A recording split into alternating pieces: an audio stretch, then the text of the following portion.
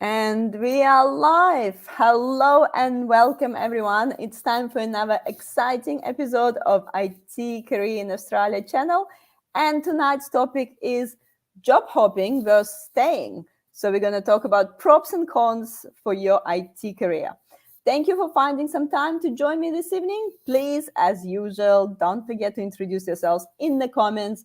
Let us know what you do and join our conversations with your questions and comments.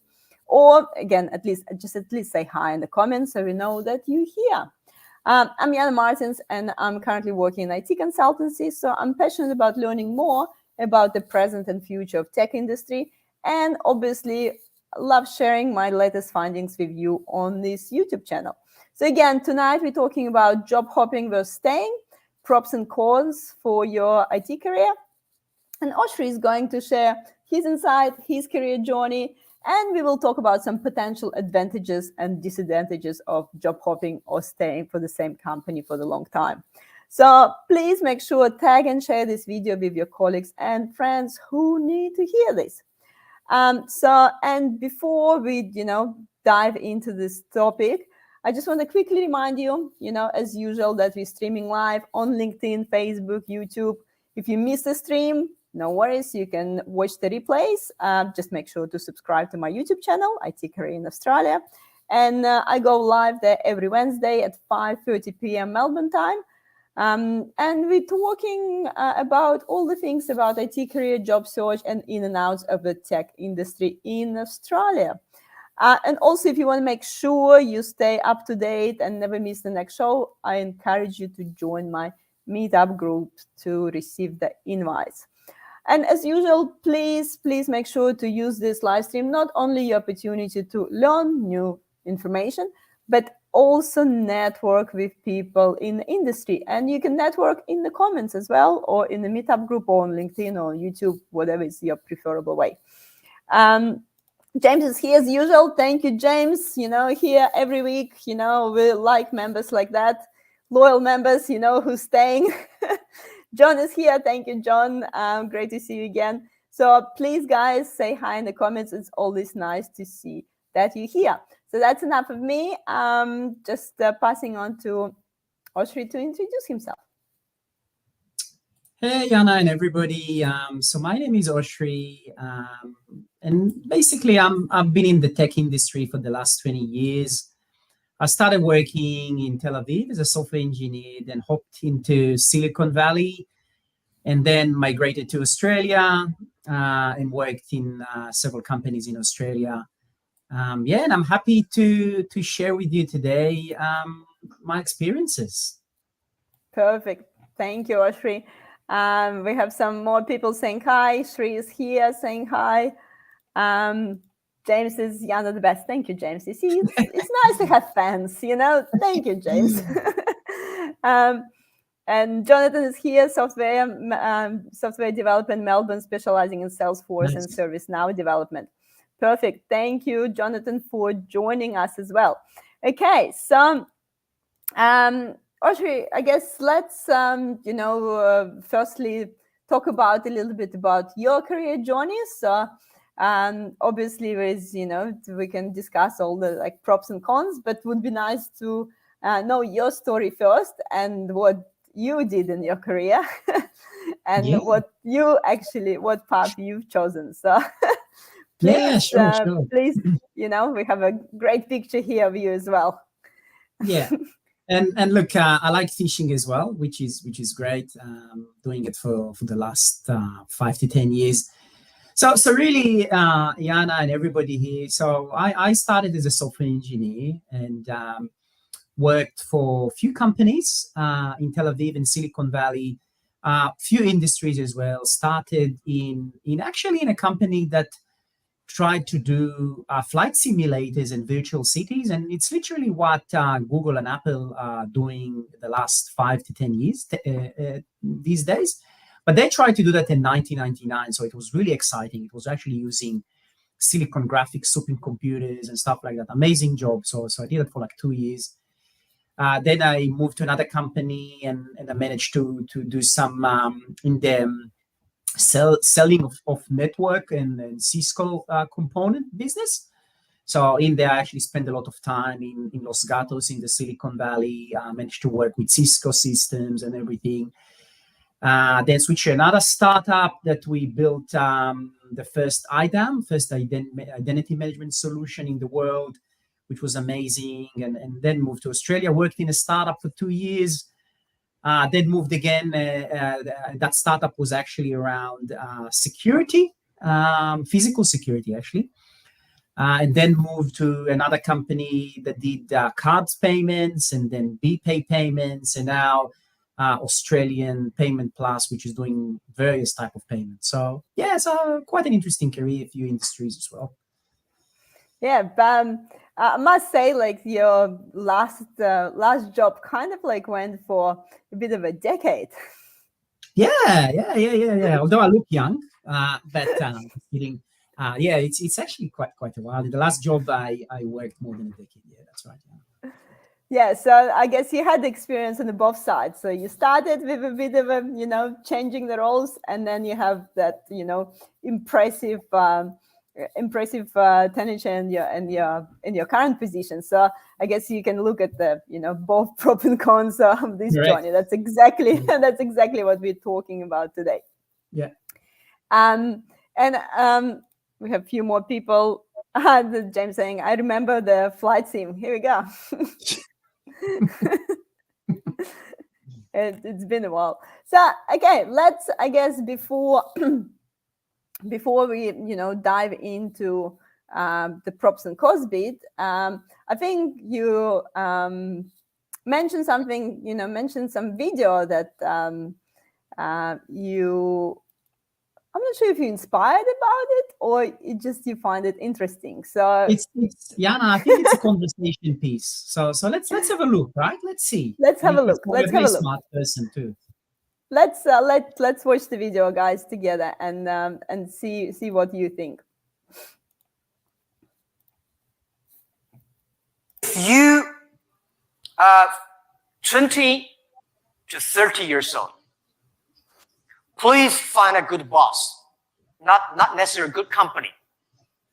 Learn from the boss. Learn how to do it. When you are 30 to 40 years old, try to do something yourself if you really want to try. When you're 40 to 50 years old, do things that you are good at. After 20 years of learning, you should do something you're good at. When you're 50 to 60 years old, spend your time supporting young people. When you are over 60 years old, spend time with your grandchildren. Right? That is normally a lot of people like that. So when you are a graduate, when you're just in the university, don't think about, I want to resign from the school and be another Bill Gates, because Bill Gates left Harvard. There's only one Bill Gates in the world. When you graduate, find a company. Most important, find a good boss that can train you, discipline you, and tell you what is good and right. It's more important than a good company. Right? Of course, a good company, a good boss, even better. And then continue your life. It's all about the partner. Sure. Thank you. You'll know. Okay. So I know, like, such a recipe. Do this between 20 and 30, do this between 30. So what's your takes from this one, Oshri? Yeah, look, so Jana, I think if you try to break it into age groups or classify it, it's not a bad advice, right? Like, even when I look at myself, like at the beginning, I changed a lot of jobs very quickly, like a year or two, and jump because I really wanted to learn, right? After, I think what he meant, do it by yourself later on, he means if you want to open your own company or your own initiative. So you basically, by then, you have learned from many companies and how to do it and from your boss and everything, right? But again, there's no right or wrong there. It's just, I think he just tried to break it down and to classify it into age groups. and give advice for people finishing university and the beginning of their career, right? But again, I don't think that if you find a really good company and a good leader, you may want to stay there for long as well. What do you think, by the way, Anna? I'm just curious. I'm just a bit surprised that he mentioning between 30 and 40 do your thing, and from 40 do that you doing the best. So I thought for some reason it's other way around. So you do between 30 and 40, you do whatever you do the best, and from the 40 you go maybe and like, okay, now I had my career, and now I do my thing. Yeah, well, look, again, it depends on the person, right? Yeah. So, but one thing I would take, and maybe as a suggestion, if you're planning to switch a lot of jobs in the early career, that's a good tip to do it, in my view, because you can learn a lot and you can learn fast, and not necessarily just IT, or what you did, or the actual profession, or your skills, but you also learn to be more resilient, to move from one thing to the other. You may get exposure to multiple cultures, and it'll just make you a better player later on when you're 30 plus, which is not a bad advice in my view, in general. So how do and also obviously he mentioning finding the best boss instead of finding the best company, where often we hear advice about choose the company you want to work for and go for it. So what are your thoughts about that? So how do you even know that it's the best boss, when you still new for your career? Yeah, it's a good question, right? And look, in my view, the key attributes, I would like actually to use the word leader than a boss.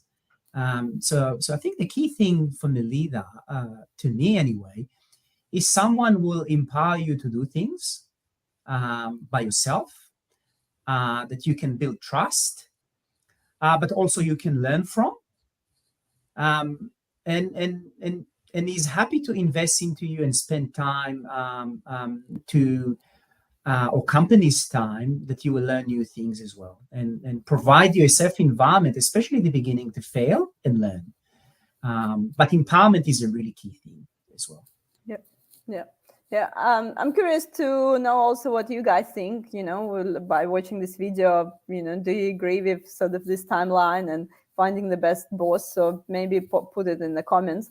But I think, I definitely think it's a great advice in terms of finding the best boss who actually let you make these mistakes. But it's also how to balance it, because you can jump from the company to company looking for this best boss. Yeah. Yeah. And yeah. So I think, Jana, with that, look, in my view, I would not try to look for the best boss, because everybody got this different leadership style, or different style, the way they like to be led, etc. It's more like how you feel with the person, but I don't think it's something that I will try to seek as number one, right? I think you probably want to think, what are your goals should be for the next year or 2 or 3 years? What things you would like to achieve? And I think that's what should drive you and your careers, and also will be a big factor if you want to stay where you are, or you want to move to the next place. So what about you when you started your career? So I guess finish university and went for your first job. Have you had some sort of clear idea where you want to be, or you just keep pivoting as you go? Yeah, no, it's actually a very good question. I was thinking about it before, right? So when I started, I had one goal, only one goal, is to learn as quick as possible to know how to program. So what I used to do, and that was my goal, and what I was doing, I was literally working 10 to 10, 10 in the morning to 10 in the evening, and just trying to cut code and learn from others. So that was my goal for 2 years. So as long as the company could supply me this excitement of building and delivering something quick and get people to use it, and I could actually get feedback, that was my only goal And luckily, the first company that I worked for supplied that, so I stayed there for 2 years. But then I actually wanted another technology to learn about it, and another programming language at the time, which was Java. It was brand new back then, so that's why I moved. So my driver was actually technology and learning technologies. Yeah, yeah. Rather than kind of chasing the particular role or anything in the beginning. So it's more about Definitely. I learning the wasn't actually technology. even interested in the role or interested to be honest, of really what the company does. I was just wanted to have an opportunity to cut code. That's all I wanted, nothing else. Yeah, yeah. I probably can resonate with the few people in the beginning. Then, because it is a difficult question. Like if someone asks you, like, what do you want to do, especially if you haven't worked in and many companies before and you have nothing to compare, you just maybe finish uni 1-2 years in, it's probably quite a difficult question to have this clear goal. So what, I guess, when we're talking about the career goals, any other advice you have based on your experience when the people just sort of thinking about setting those career goals? Yeah, no, certainly. And look, you also need to take into consideration your lifestyle and your drivers. So if, for example, you have a hobby that you want to invest in, maybe you want to work less hours or be less committed, or if you have young kids, the same. Also, some of the drivers could be you want to make more money, so you may want to do more contracting or switch job more often because you might be able to get more money by switching jobs as well. So that should be part of your considerations as well. But also, I think it's one of the things is to pivot between jobs and industries, right? Like try this industry or try that industry, or now IT is a really, really wide industry, right? So you can do programming, you can do cybersecurity, you can do AI, you can do big data, you can do Power BI. And you may discover, actually, I don't like development. I prefer testing, or I prefer to build dashboards, or I prefer to do UX, right? So I think it's a good opportunity then to try it by switching jobs or even switching a role within your company, just to see what motivates you, right? And with time, your motivation may change too, but at least you have a clue what you think you will be good at and what will actually give you more satisfaction, which is another key thing. Yeah. So that's sort of exploratory phase when you're trying to do different things, trying to understand. I always find, to be honest, I always admire people who already at school knew what they're gonna do. Yeah. It's these rare people who they knew from, I don't know, high school, I want to go to this uni, I want to work in this job, I want to be this, I want to retire from this position. So I think it's quite rare, actually, these days. You see those people who really have a clear idea and clear goals. And but I think usually you can probably achieve more than you have this clear idea in your mind, because then you have your kind of the learning plan and the in-between positions you need to achieve. But sometimes it's just sort of coincidence and something comes your way and you just grab it. Absolutely. Like, for example, myself, I even tried at the beginning to work a bit in hospitality because I wanted to be my dream was to be working in a fancy hotel in Switzerland, right? Like but then I actually tried that, and then I said, actually, it's not for me, and I pivoted very quickly, and I went back to IT. So yeah, it's important though, because then I knew that it's not for me, at that time. So I think it's important to pivot and try. Yeah, and I think it's also what you would like to do. Yeah, and I think it's also often, unless you try, you don't know if you like it or not. Correct.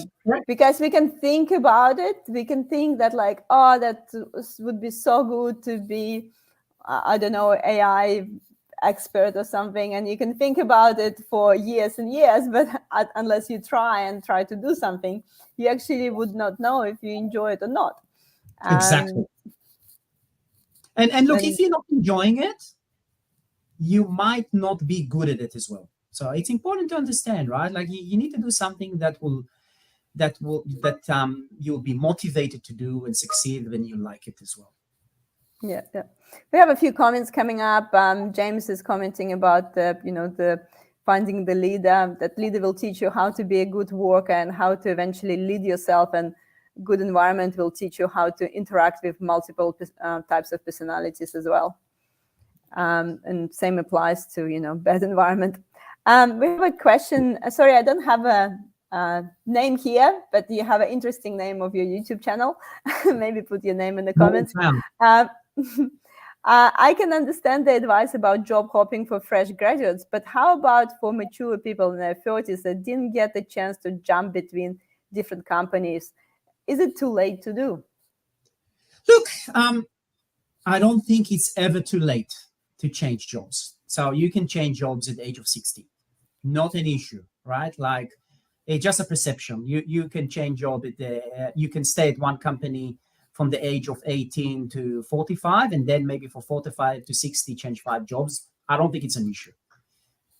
Actually, when you think about it, I personally think that the hardest time to change jobs is when you have a young family and young kids, because you usually will be busy with that as well, unless you got a really good network to support you.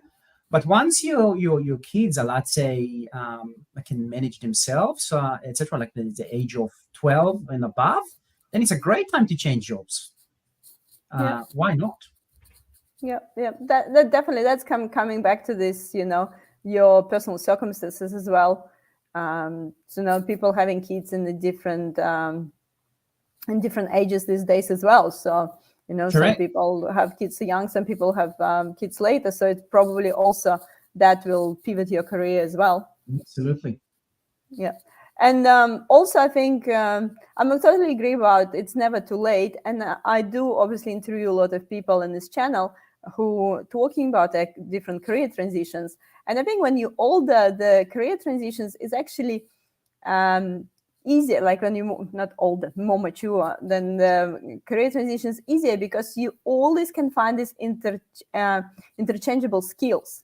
In any job, there is the skills that can be applied to another jobs. And yes, of course, there is the really particular skills and the particular technology and so on. But in reality, there are universal skills like soft skills that you already gain through your other experience, and you just need to know how to apply it and maybe how to put it in your resume to resonate to that new role that you're trying to achieve. But as more experience you have, it's easier to get a different job because you understand the workforce in general.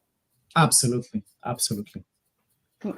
And let's go. I guess we have a few bullet points, I guess, that you put around the job hopping. So job hopping. So we already obviously mentioned that for early career, it's good for people to explore different things.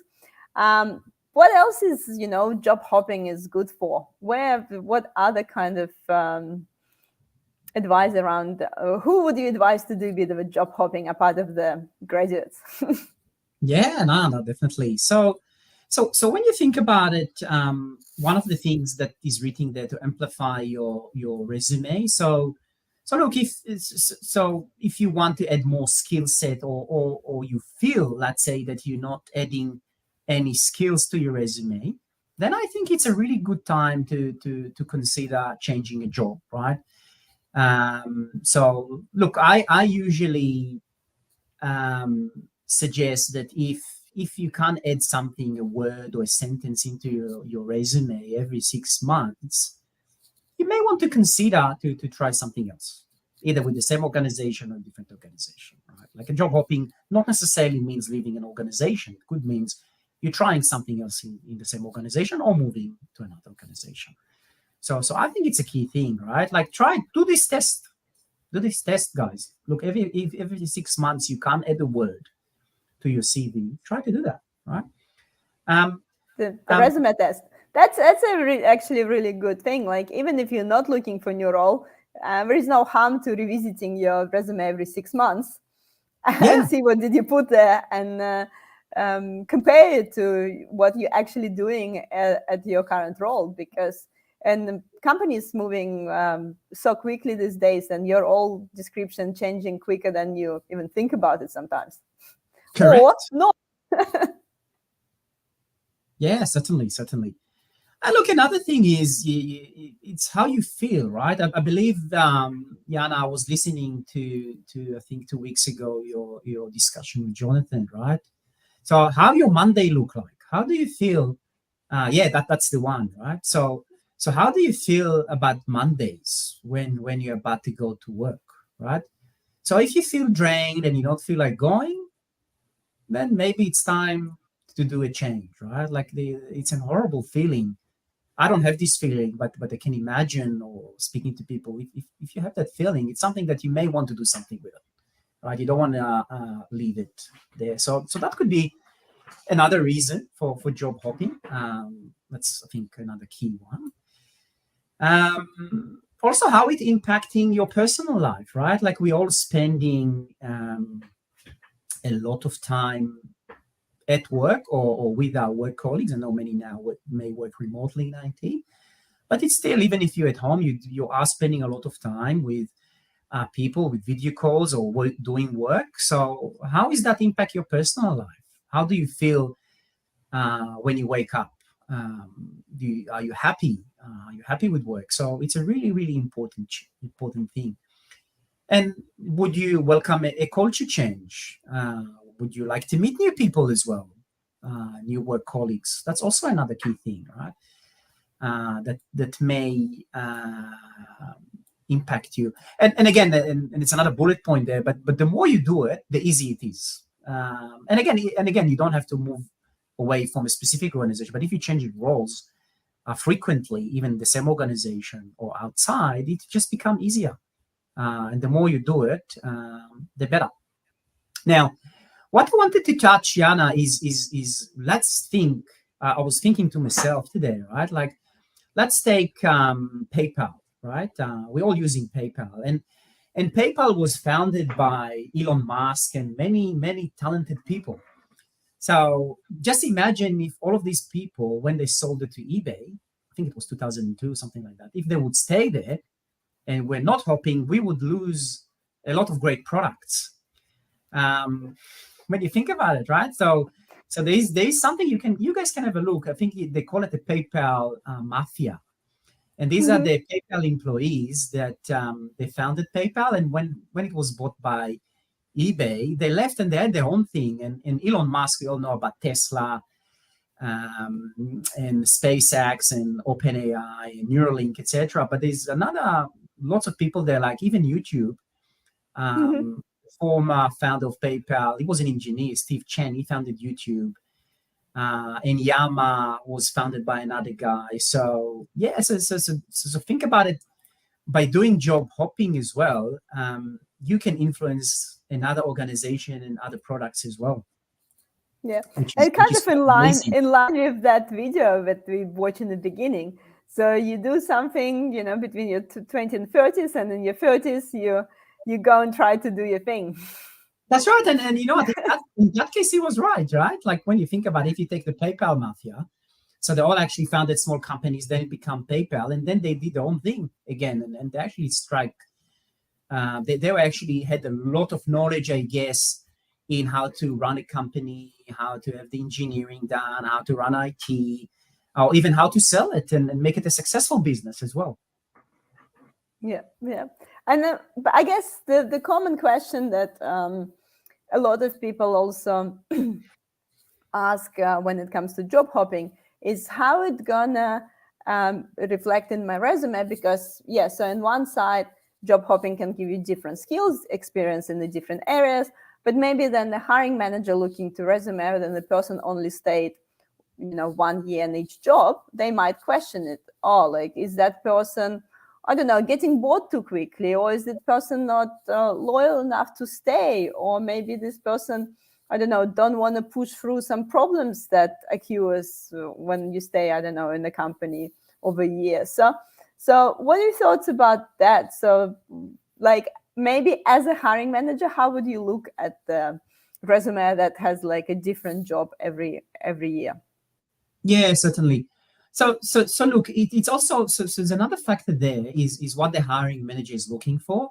So if you're looking for someone like a permanent position and not a contractor or a fixed term, then it could be a concern, right? Because when you're hiring for let's say a permanent position, you really would like to invest. Usually the case, or at least where I work, you want to invest in the person, and you are looking long term, right? Because there's also will be a productivity curve until he or she will understand what we do, how we work, ways of working, and be productive. And then you want to invest in them learning and actually continue and maybe even progressing and growing in the company. So that could be a concern if you see someone jumping every 6 months, for an example. You probably want to ask the reason for it at least, and there could be some good reasons as well. So I would not say no immediately, but you probably want to ask what's the reason for it.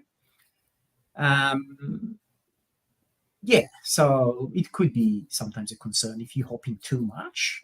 But look, if it's someone at the beginning of the career, you would expect that, right? You may expect that people will jump more and more. So I guess you'll have less concerns if someone, I don't know, if they're late 20s and they've been doing year or two here, rather than someone, I don't know, in their early 40s and their longest company they've been like 2 years. So that would be like, you feel like it could be a red flag or not? Not necessarily. Just like subjectively asking subjective kind of opinion, you know what I mean? Because on another side, there's also another subjective opinion. Maybe if the person stayed in one company for 10 years, maybe that person not adventurous enough, or maybe that person not really looking for next challenge and just being comfortable for 10 years. But on another side, this person is loyal. So yeah, where is this balance? So when you think about it, Jana, there's a lot of perception, right, about this. So if you stay too long, then you might have an experience few things that if you change jobs for frequently. It's a lot of perceptions, right? I think it comes down to the person when you're interviewing he or she. What are the reasons? What are the drivers? What are the goals? And what are the future goals as well? Because you could have someone who hopped from a lot of jobs, learned a lot, and now he or she looking for a more stable and long-term commitment, want to understand the bigger picture and grow the organization. Or it could be someone who stayed, as I think it was James asked, for a period of time. Sorry, Cloud. I forgot the name. Morning Cloud asked, but and then would like to experience more. So look, there is no right or wrong. It's up to the person, up to the job. So you probably need to dig in regardless. I think I also agree. It's quite subjective, and it's really depends what sort of role this person applying to as well. And I think maybe it's also another point that you mentioned, because job hopping can be different, and it could be completely all over the place. But it could be job hopping that actually had some sort of career path anyway. Even if the person changing companies, they maybe stay in the same domain every time, or maybe they are having the career progression every time they hop. So it could be some like quite obvious reason why they did it, not just for the sake of just changing the job because they bought. So I think understanding the reasoning. Yeah, and it could be, for example, a scenario, spot on, Jana. It could be a scenario that someone worked for various startups and each one failed. But he or she will have an amazing experience, right? So it just depends. It depends. You need to ask the right questions. And also, don't be, as a hiring manager, don't be afraid to ask, are you looking for something more permanent or long-term, or are you still looking for a short gig, and based on that decide whether it's for you or not. Yeah. And that's a great example about working for numerous of startups that failed. So you have so many knowledge of like what not to do. That's right. It's great. Yeah, definitely. Look, but obviously there is some benefits of staying as well. So did we miss anything here? So yeah, what would be, I guess, good reasons to stay, and what's the benefits of being loyal to the company? Yeah, no, certainly. So when you think about it, the company, in my view at least, and look, this is only my perception. If you like the vision, the purpose, and the culture, these three things, it's great reason to stay. Because if you like what the company would like to do and what it's for, and the people that you work with, that's a key thing, because that will make you happy. Okay, and so that's a key thing. Another thing is, if your company is serious about career growth, and you can actually switch jobs and get different roles, move sideways, move up, and they're serious about it, then also great, right? Like, if every opportunity that comes in, your company first of all advertise it internally and give people a chance, then I think it's a great opportunity to do it. And there's a lot of IT companies that are allowing it and facilitate it. So then it means you can do many things and stay at the same place, still see your friends and colleagues and grow with it. So that's I think a massive plus. And it's actually good for the organization as well, when you think about it, because you get committed people that love the place and are happy to contribute. And also have a domain knowledge. Correct, and you keep your domain knowledge, and yeah. So, and they're not moving to another company as well, using that knowledge to compete potentially. Yeah, which is really good. I actually have few, again, like while I was talking with a few people on my channel, I had a really good story about I think I forgot, was it Sama or another girl was saying that she actually get like a customer facing role in one company while she was finishing uni.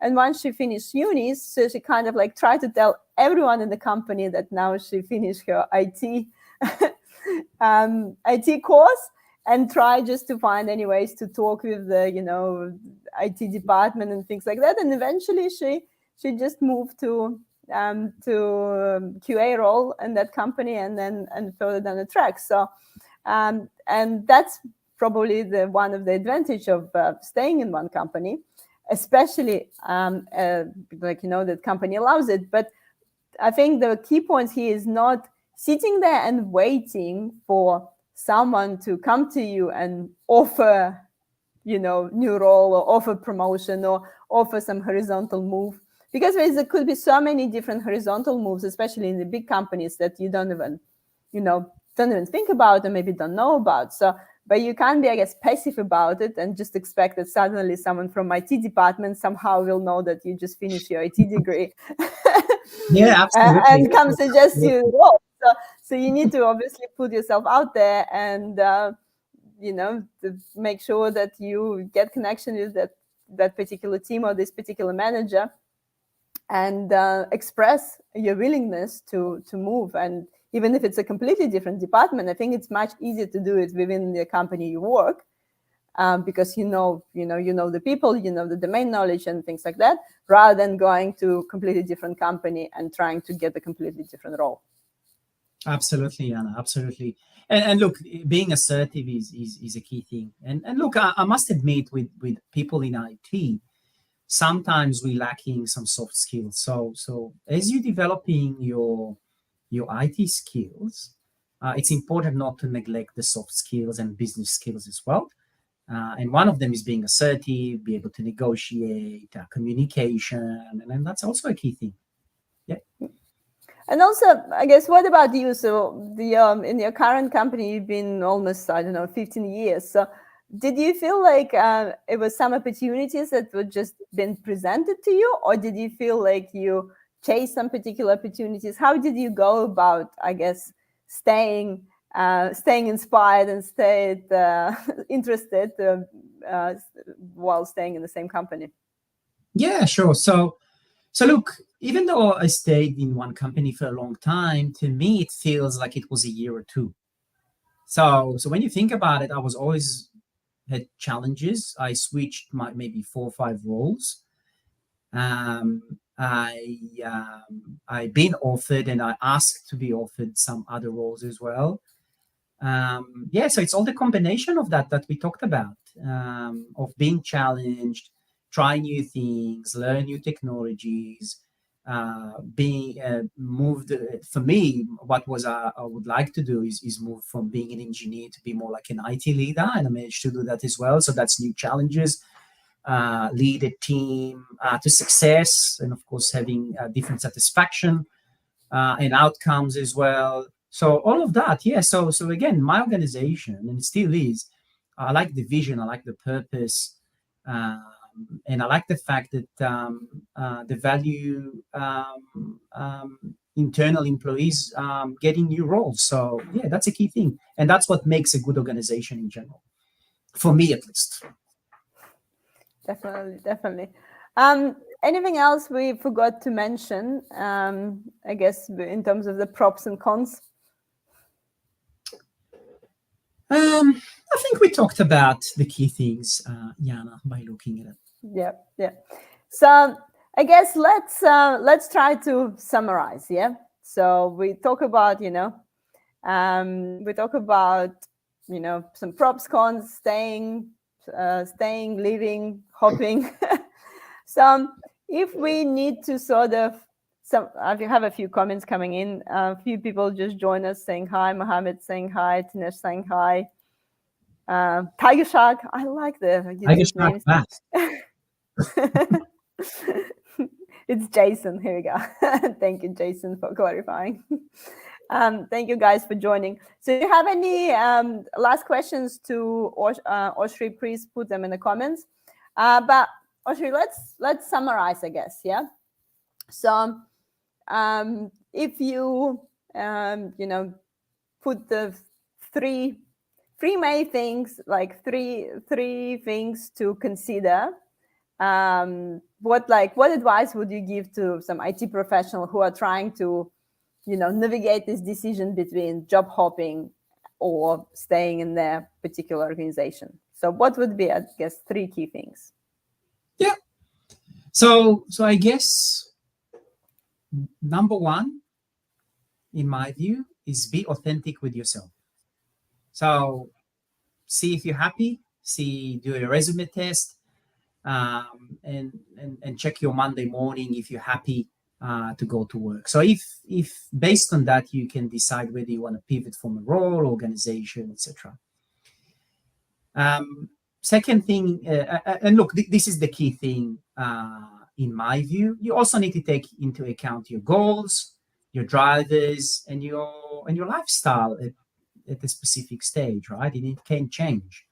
So let's assume if you at the past wanted to stay in one place, but now you want to hop, then just do it, and don't be afraid to do it as well. That's another big tip. So don't be afraid to do it. And the third one is you need to make sure you're always attractive. So which means or palatable for another organization in the industry. So always make sure you're doing it. And if you do, then it makes your decisions much easier as well, because you can stay, you can hop. It's up to you. And I think that's another key one. James is saying sometimes it's not just up to you if you stay or not. Sometimes company makes a decision for you as well. That's right, and James, and that's fine as well, right? And if that's a decision, and you just need to go with it, and don't look back, think what you done well, what you could improve, and James, the key thing is if it's a company decision from what way or form, ask for feedback, and if you get good, authentic feedback, learn from it and move on. Yeah, definitely. And feedback is very important. Don't leave without the feedback if you can get it. Yeah, and sometimes it's a really hard one because obviously company trying to follow some policies and stuff, and sometimes you don't even know why the particular decision has been made. So sometimes it could be definitely a tricky one. Jason is asking, we already kind of mentioned this, Oshri, before. How do you convince a prospective employer that your job hopping is not something for them to worry about? We did cover it, Jason, but maybe the the quick summary of our discussions. So how would you convince the employer that job hopping wasn't the best choice? So Jason, as long as there was valid reasons, right? Like what are your drivers to do it and what you gain out of it, I don't think it's a problem.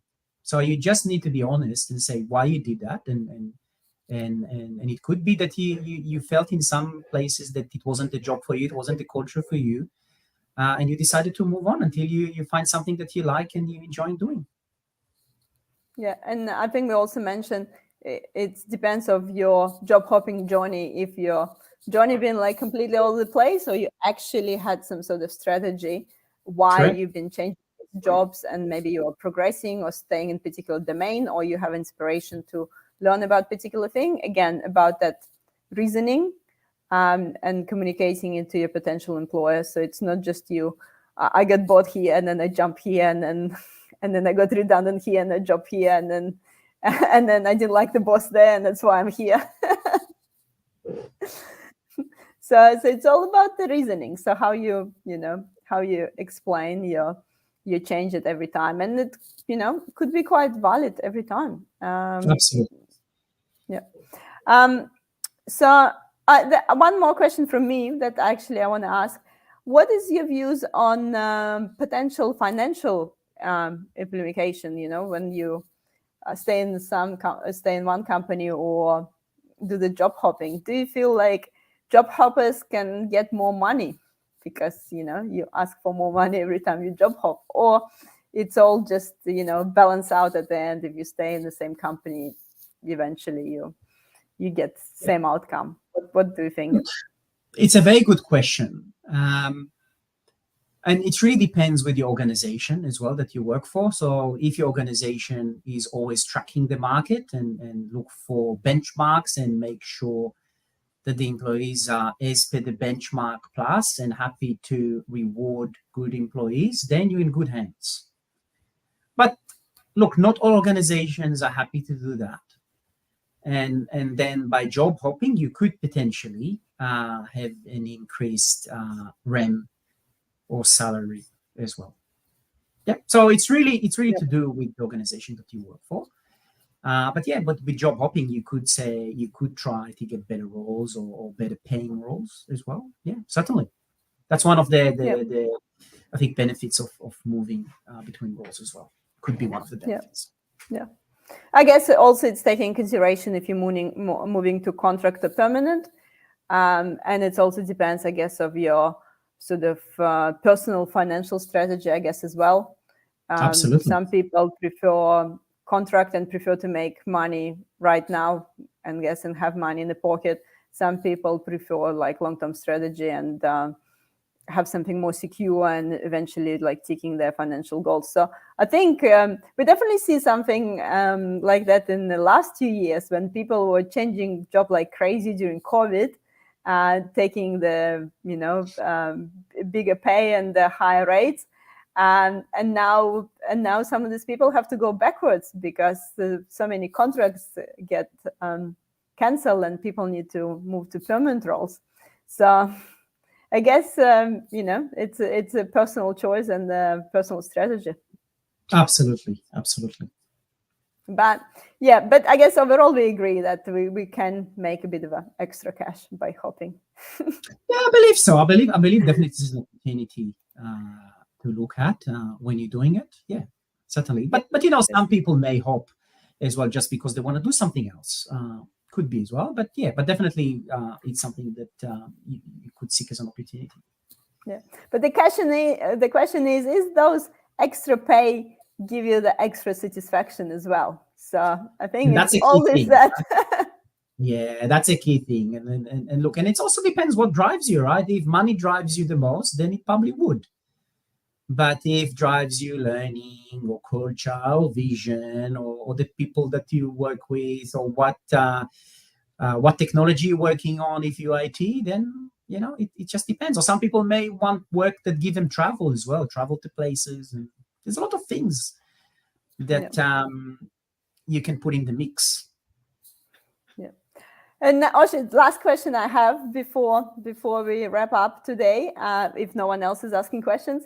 What do you think are there any specific kind of like industry or like a job roles within IT that the job hopping is kind of more common and more beneficial and vice versa? Like, for example, if you like developer, would you rather job hop, or if you, I don't know, AI specialist, would you rather stay? Like, do you think is any trend like that, or like if you manager, it's better to stay? What do you think? Yeah, look, I think in IT in general, the skill set is transferable and portable, right? So let's assume if you're a front-end developer in a specific technology, so if you create screens on for this app or that app, the learning curve is not great, right? So you can hop more, for example. But if you are, for example, a business analyst or technical business analyst, and you need to know more about the systems or the area, then maybe you will consider to hop less, for example, right? So I think there are some roles that you can actually leverage and use in various companies with minimal effort, and be productive very quickly. So it's much easier to hop them. And also, I guess, so the same with domain knowledge. I guess if you're business analyst and you have a particular domain knowledge, it's quite beneficial if you stay in the same sort of, I don't know, fintech domain, for example, and in the particular, I don't know, only in payments, and you've done mostly payments. Exactly, or insurance or health, or absolutely. Yeah.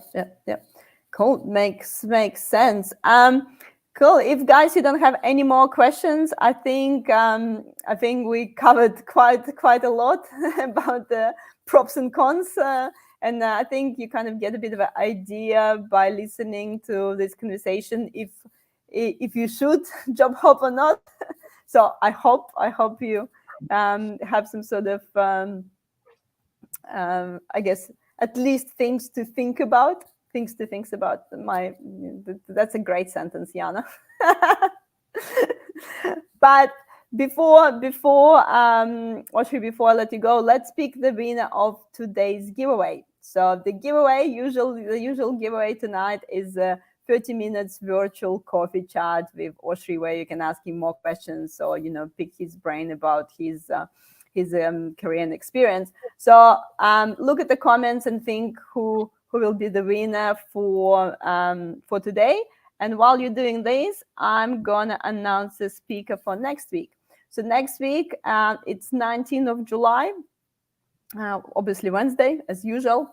And I'm gonna speak with Nash about how to find your first IT job in Australia as an immigrant.